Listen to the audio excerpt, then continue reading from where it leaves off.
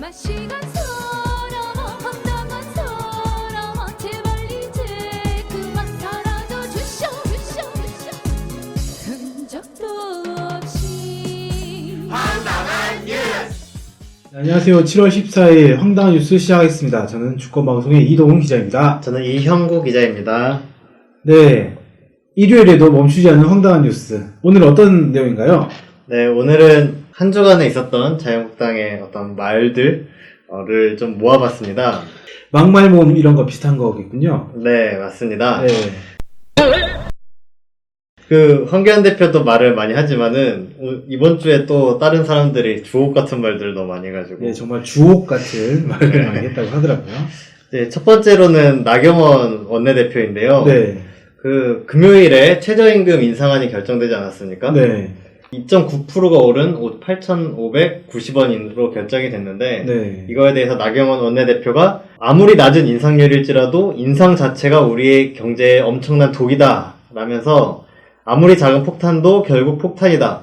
최저임금 폭탄을 막기 위해서는 동결이 최소한의 조치이다 라면서 노조 눈치 보기식 최저임금 결정 이제 그만두고 국민과 민생을 생각하는 최저임금 결정해 주시라고 이야기했습니다. 네, 이분이 생각하는 국민이 과연 누구일까요? 네. 아니, 이번에 2.9%밖에 오르지 않아서 사실 노동계에서는 엄청나게 반발하고 있지 않습니까? 네. 문재인 정부가 들어오고 나서 16%, 10% 이렇게 오르다가 이번에 2.9%라고 해서 1999년 이후에 최저 인상률이다. 이런 얘기가 나오면서 네. 정말로 조금 올린 거 아니겠습니까? 이러면? 네. 그런데도 이런 식으로 뭐 엄청난 독이네, 뭐네, 뭐 폭탄이네, 이렇게 말한다는 것 자체가 정말 누구를 위한 정치를 하는 사람인가라는 게 보인다라는 거고요. 최저임금이 8,590원이라고 해서 찾아보니까 한 달에 179만 5,310원. 좀 많이 보면 180만원 정도 되겠네요. 180만원 정도 한 달에 받는 건데, 이 돈으로 생활을 해보셨는지 모르겠습니다. 네, 이 돈으로는 생활하기가 사실상 어렵죠. 네. 특히 혼자 살면 어떻게 또 할 수 있을지 모르겠지만, 만약에 다른 가족을 부양해야 될 상황이다 그러면, 이 돈 가지고는 뭐 생활비도 내기 빠듯한 거죠.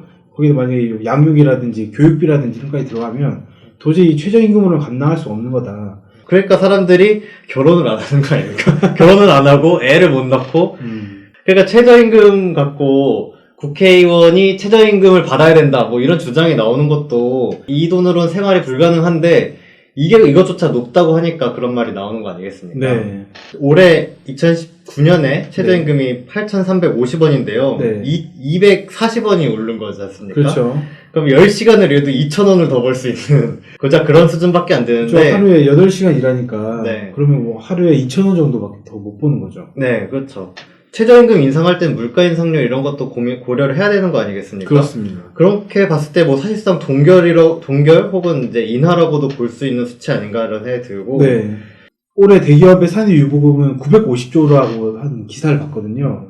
물론 사내유보금이 현금처럼 쌓아두는 돈 아닙니다만 어쨌든 돈 쓸 데 없어서 그렇게 모아둔다는 거 아니겠습니까? 네. 이 기업들의 돈을 좀 가지고 중소기업이나 자영업자들이나 이런 데 후원을 해주게 되면 당연히 최저임금은 부담이 안 될 거 아니겠어요. 근데 그런 생각은 전혀 하지 않고 노동자들이 돈 많이 받는다고 감히 이런 생각으로 이런 말을 한 게 아닌가라는 참 한심스러운 생각을 지울 수가 없습니다. 네. 나경원 원내대표가 뭐 국민과 민생을 뭐 생각해야 된다라고 이야기를 했는데 국민과 민생을 생각하면은 최저임금을 더 인상폭을 더 올려야 되는 게 맞는 것이고 자유한국당은 사라져야 되는 게 맞지 않나 이런 생각이 듭니다. 네, 얼마 전에 일본 경제 공격에 대해서 52시간 노동이 문제다라는 식으로 얘기했던 네. 황교안 대표와 짝짝꿍이 참 잘 맞는다. 그런 생각이 들었습니다. 다음 소식은 어떤 거죠? 다음 소식은 또 이제 좀 재밌을 수 있는 소식인데 네. 이미자 의원이라고 있습니다. 네네. 예전에 패스트트랙으로 폭력 동물국회 사건이 있었을 때 네. 그때 문희상 국회의장에게 성추행을 당했다고 억지 때를 쓰던 사람이 있지 않습니까? 네. 어쨌든 그 영상을 봤는데 그 영상을 봤을 때는 전혀 그런 것 같지 않았거든요. 네. 어쨌든 그분이 지금 뭔가 하신 거군요. 네. 이제 그래서 많이 알려주신 분인데 네. 이분이 지금 국회 대정부 질문에서 출마 간별사라는 별명을 얻었습니다. 네. 출마 간별사면 제가 병아리 간별사는 제가 들어봤는데 네. 출마 간별사는 뭐죠? 이제 대정부 질문 아니겠습니까? 네. 그래서 정부의 인사들이 나올 때마다 출마하실 거냐고 그렇게 궁금해하고 계속 물어보는 일을 계속 했는데요. 네. 예를 들면 이낙연 총리가 이제 나왔을 때는 네.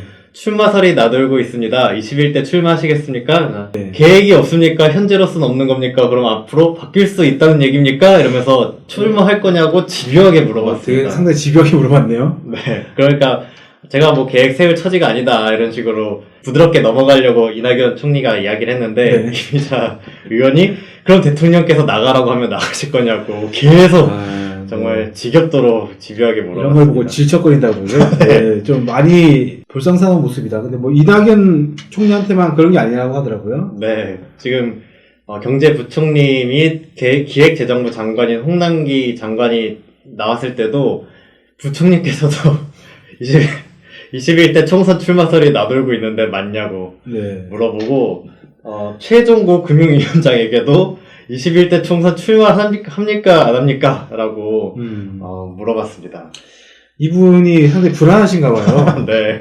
이분이 제가 알기로는 비례의원으로 알고 있는데 어쨌든 지역구에 나갈 고민인지 모르겠지만 자기가 나갈 곳에 이런 사람들이 나오면 떨어질 거라고 생각해서 네. 불안한 건지 모르겠는데 출마할 건지 어디 나갈 건지 막 이런 게 그런 것들 상당히 민감한 상황인 것 같다. 근데 이분 말고도 또 딴 분이 또 한 번 민감하셨다고. 네. 그리고 최근에 또 김연아 의원이 네. 이 출마 문제 때문에 김현미 국토교통부 장관이랑 나일선 신경전을 좀 벌였었는데요. 네네. 이렇게 물어봤습니다. 내년 총선 나가시냐고 김현미 국토교통부 장관에게 물어봤는데 네. 장관이 나갈 계획이다 라고 대답을 했습니다. 네. 원래 이분이 현역 의원이에요. 근데 그렇죠. 지금 차출된 상태인데 네. 나갈 계획이라고 하니까 현재 그 지역구 그대로 나가시냐라고 또 물어봤고 네. 김현미 장관이 네 김연아 의원도 그곳을 자주 다닌다는 걸 알고 있다. 그러니까 뭐 이제 네. 선거에서 경쟁하게 될 것 같은 상황인가 봐요. 네. 그래서 이런 신경전이 있었다고 합니다. 최근 당 지지율이나 이런 거 보면 일단은 뭐 민주당이 높은 상황이니까 자유한국당 입장에서는 뭐 신경 많이 쓰이지 않겠냐. 특히 이름 있는 사람들 같은 경우에는 경쟁하면 밀릴 수 있다라는 그런 걱정을 좀 더 하는 것 같다라는 생각이 들었습니다. 네, 그리고 온통 관심이 총선밖에 없구나. 자기가 재선되는 거. 이 생각이 드는 게 대정부 질문하면은 진짜 사실 얘기할 게 얼마나 많습니까? 네. 중대한 사안이 되게 많은 상황인데 총선 출마하느냐 안 하느냐를 가지고 수차례나 반복해서 물어보는 게 이게 지금 될 일인가 이런 생각이 좀 들었습니다. 게다가 국회가 멈춘 것도 오래됐잖아요. 네. 그동안 있었던 수많은 일들이 있었을 텐데 그런 것들은 그냥 저 뒤에 묻어두고 내년 총선 이렇게만 딱 하는 것 같다. 그런 생각이 들고요. 네. 다음 소식은 또 어떤 거죠? 다음 소식은 자유한국당이 경찰 소환에 불응할 방침이다라는 소식이 있습니다. 네.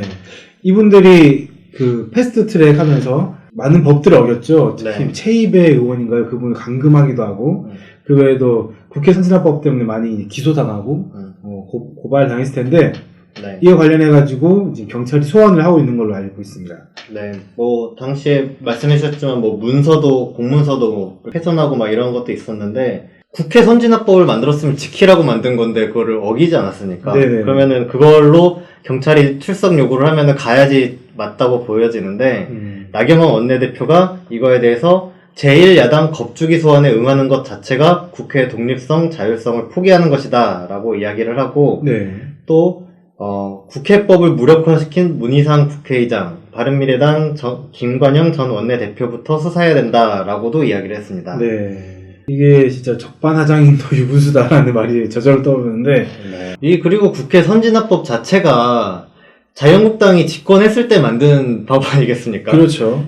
이분들이 계속 법치주의를 강조하시는 분들 아니겠습니까? 항상 이제 특히 뭐 민주노총이나 다른 진보단체에게는 얘네들이 법을 지키지 않는다. 법치주의로 이들을 뭐 엄벌해야 된다.